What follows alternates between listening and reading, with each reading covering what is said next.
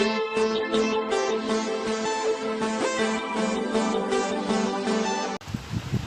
students, morning everybody. Today within this video you will learn the inverse proportion of this chapter, direct and indirect, the inverse proportion.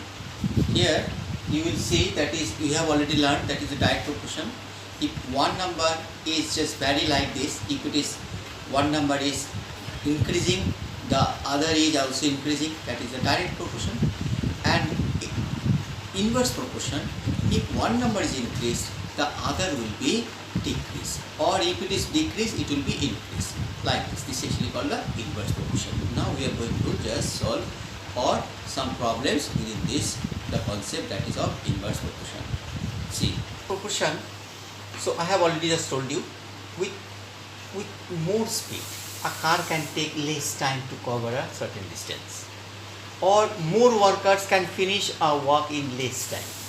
This type of cases, if one is increased, the other actually get decreased in proportionately. So this is actually called the case of inverse proportion. Now, if we are just now forming in a formula, then what will be? If two quantities x and y are said to be inverse proportion, if x into y, it will be always constant. If x is increased, y is decreased. If x is decreased, y is increased. And that is actually the product of x and y, it will be remain constant. That is x1, y1 equal to x2, y2 equal to x3, y3 equal to k. This is actually that is the formula just to make these two variables, the relationship between these two variables. Now we are going to the exercise 12b. See, first one I am not showing you. Second one, what I am just telling you, this is given x and y are in proportion, inverse proportion, and this data are be given. You have to find out x1, y1, x2 and y2. So we know as per this formula what we have already just made, that is x1, y1, and the given number is, this is 16 and 5, this is given.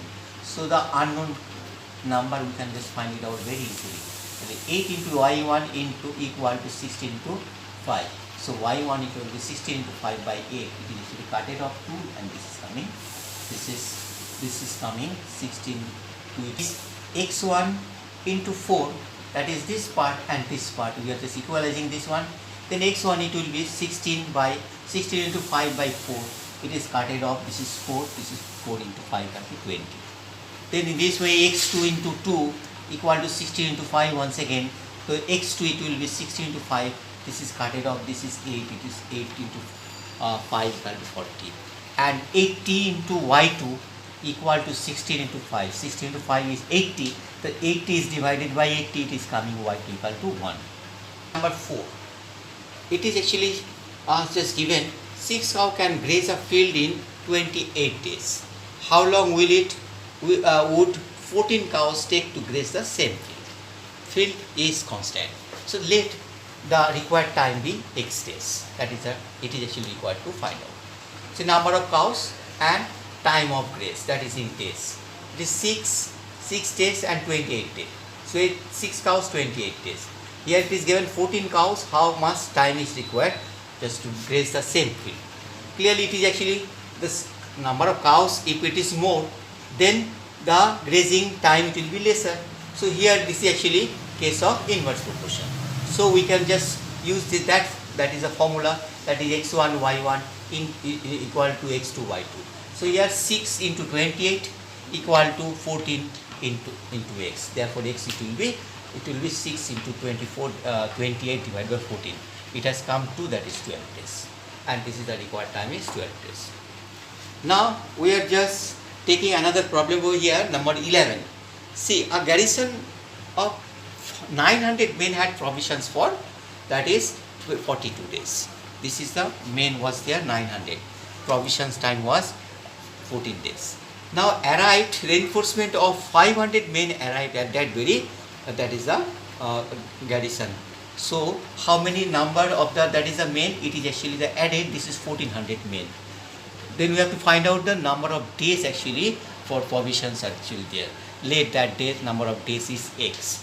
Then we are just just forming this the table over here, that is number of men, it was 900, it was provision was for 42 days, provision was for 11, this is provision was for 42 days, it is 42 days, and now the number is actually 1400 men more time and or more men less time, so it is a case of inverse proportion.